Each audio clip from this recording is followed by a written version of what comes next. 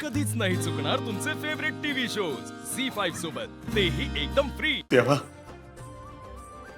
शेवटची विनंती आहे तुला, लवकरात लवकर आपल्याला घरी पाठव। बापू, अहो आप्पीच्या येण्यानं सगळ्यात जास्त आनंद अमोलला होणार आहे। हो, पण अमोल आहे कुठं? अहो तो त्याच्या खोलीत आहे, तयारी करतोय, चित्र काढतोय। मा आल्यानंतर काय काय करायचं ना, त्याची सगळी तयारी चालली आहे त्याची। हा पण त्याला ह्या सगळ्यातलं काय माहिती नाही ना? नाही नाही, त्याला अजून काही कळलं नाही। बापू, अहो आप्पी आली ना की आपण रानातलं काय ना काहीतरी ताजं खायला घालू तिला। खरंच विनायकराव, हो मी तर काय काय ठरवलं तिच्यासाठी। हो, ती आल्यानंतर काय करून काय नको असं होणार आहे बघा मला। बरं चला जेवायला घेऊयात आपण, 2 दिवस झालं कुणीच काही नीट खाल्लं नाही। मी अमोलला बोलवून आणते। हा, आपल्याला वाटलं होतं हे प्रकरण शांत झालं, पण हे वाढतच चाललंय। कालची पार्टी वाया गेली। तुझं पोट भरलं ना? रात्री खाऊन पिऊन चांगला खुश होतास की तू? अहो पण रात्रीची उतरली का? काय? उतरल्याशिवाय इकडे यायचं नाही आणि बोलायचं तर अजिबात नाही। तसं काय नाही जिजी। तसं काय नाही तर ज्यातलं कळत नाही त्यात बोलतोस कशाला? आपण हे सगळं बघितल्यापासून मला भीतीच वाटायला लागली। चुकून जर ती कलेक्टर बाई माघारी आली ना तर ती माघारी येणार नाही। मी आहे ना, तिचा चोख बंदोबस्त केलाय मी। आपण अरे बास की, दरीत गाडी पडल्यावर वाचणं शक्य आहे का? जर तिला कुणी दवाखान्यातच घेऊन गेलं नाही तर कुठून येणार ती? यानं त्या मार्गानं ती मेली हेच खरंय। तसं झालं तर काळजीच नाही जिजी। असंच होणार। समजा काही चमत्कार झाला आणि ती सापडली तर बघू काय करायचं ती, पण तिच्या भीतीनं आत्तापासून तोंड पाडून काम सोडून बसू नका। हो जिजी, ही फाईल आपल्या कारखान्यात माल किती लोड केलाय त्याची एकदा बघून घ्या। जा, ठरवल्याप्रमाणे काहीच होईना। ती कलेक्टर बाय जिवंत असल्याची शक्यता वाढती। या प्रकरणाकडे दुर्लक्ष करून चालणार नाही, नाहीतर अंगलट येईल सगळं। यातून ती वाचली तर तिला अडवणं अवघड होईल। यापेक्षा ती कलेक्टर बाय माघारी येणारच नाही याची सोय केली पाहिजे। अरे मॅडम, ही केस सॉल्व्ह होण्यापेक्षा जास्तच गुंतत चाललेली आहे आणि आता तर मीडियाही प्रश्न विचारू लागली आहे। सर, आमचे प्रयत्न चालू आहेत सर। शिवाय आपली लोक सगळीकडे अपर्णा मॅडमचा शोध घेत आहेत, पण त्यांचा कुठेच पत्ता लागत नाहीये सर, किंवा त्या गेल्या आहेत त्याबद्दलही काही ठोस कळत नाहीये सर।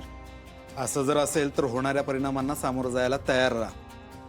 हे बघा, आपलं काम अडचणी सांगणं नाहीये तर अडचणी सोडवणं आहे। आणि तुम्ही मला पुन्हा पुन्हा तेच सांगताय। बाहेर लोक बोलतायत, एका जिल्हाधिकारी असलेल्या महिलेला जर आपण शोधू शकत नसलो तर सर्वसामान्य माणसाचं काय? सरळ सरळ हातबल ठरतोय आपण। अहो साहेब, आपण कामात कोणतीच कसर सोडत नाहीये। किती दिवस झालं तुम्ही शोध घेताय चिंचुके?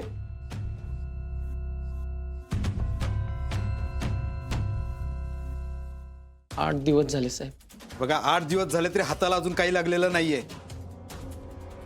आणि हे बघा, तुमच्या कामाची सचोटी बघायला कुणी येत नाहीये, पण अपयश हे न सांगता सगळ्यांनाच दिसतं। हे लक्षात असू द्या। सर, अर्जुन सर आणि आम्ही खूप प्रयत्न करतोय अपर्णा मॅडमला शोधण्याचा। सर प्लीज आम्हाला थोडा वेळ द्या ना सर। मला कळतंय, पण माझ्यावरही वरून प्रेशर आहे, त्यामुळे अजून वेळ देता येणार नाही मला तुम्हाला। शेवटचे 2 दिवस आहेत, त्यानंतर वरून ऑर्डर येईल आणि त्यात मी काहीही करू शकत नाही। साहेब कसली ऑर्डर? ही केस तुमच्याकडून काढून आम्हाला दुसऱ्या कुणाकडे तरी सोपवावी लागेल। सर मग हे आमच्यासाठी खूप मोठं अपयश ठरेल। अहो म्हणून तर तपास वेगानं करा म्हणून सांगतोय। हे बघा, बेपत्ता झालेली व्यक्ती साधीसुधी नसून एक जिल्हाधिकारी आहे। त्या व्यक्तीच्या बेपत्ता होण्यामुळं प्रशासकीय कामांमध्ये अडथळा निर्माण होतोय आणि हेच नकोय वरच्या लोकांना। आणि बाहेरचे लोक बोलतात ते वेगळंच। आपल्याला ह्या सगळ्याला उत्तर द्यायलाच हवं। पण साहेब, आम्हाला थोडासा वेळ द्या। 2 दिवस म्हणजे खूप कमी वेळ होतो साहेब। हे बघा, माझ्याकडे पर्याय नाही चिंचुके। मला माहिती आहे माझा प्रत्येक पोलीस कॅपेबल आहे, पण कधी कधी निर्णय नाईलाजाने घ्यावे लागतात। शेवटचे 2 दिवस आहेत, त्यात अपर्णा मॅडमचं काय झालं ह्याच्या सगळ्या डिटेल्स हव्यात मला। येतो मी। जय हिंद। जय हिंद सर।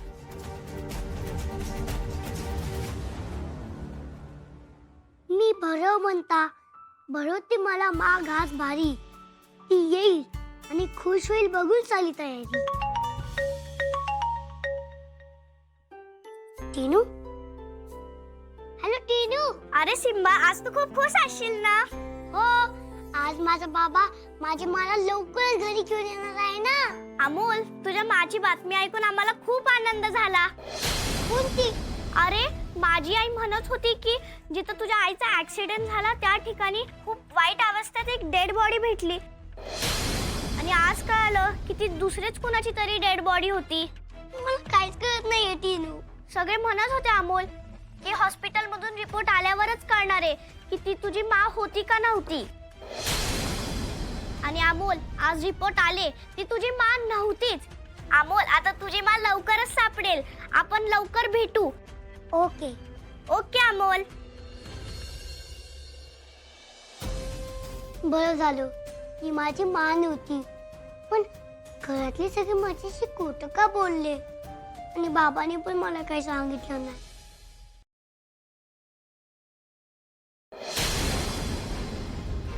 दार का लावून घेतली यांनी? अमोल, ए बाळा, जेवायला येतोस ना?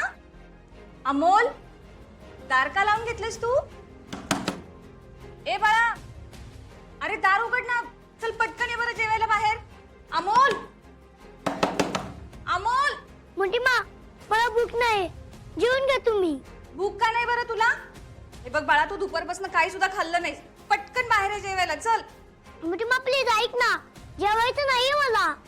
अमोल, का नाही जेवायचं बरं तुला? सगळी वाट बघतात ना बाळा तुझी. असं करतात का? ये बरं बाहेर पटकन. मी बरोबर बोलते मोठी मा. खोटं बोलणाऱ्या माणसांशी असंच वागायला हवं.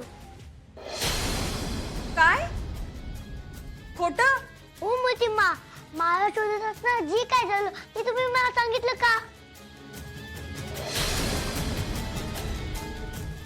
अरे बाळा, मोठी मा, मी म्हणलं ना तुम्ही जेवा. तुम्ही सगळे असंच खोटं बोलता. आणि यावेळी तर बाबा पण खोटं बोललाय. अरे बाळा, आता सगळं व्यवस्थित आहे की नाही? आणि तिथं सापडलेली व्यक्ती तुझी मा नव्हती ना? आणि मला सांग, तुला हे सगळं सांगितलं कोणी? माझ्या मा बद्दल तुम्ही हे सगळं का लपवलं आधी ते सांगा मला.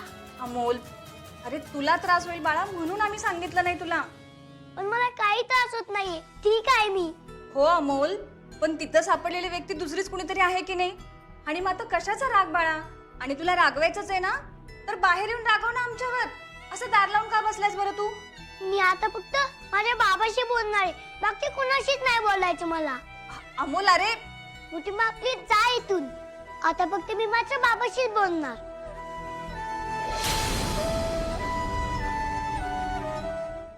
झी5 ॲप डाउनलोड करा आणि पहा सर्व एपिसोड्स एकदम फ्री.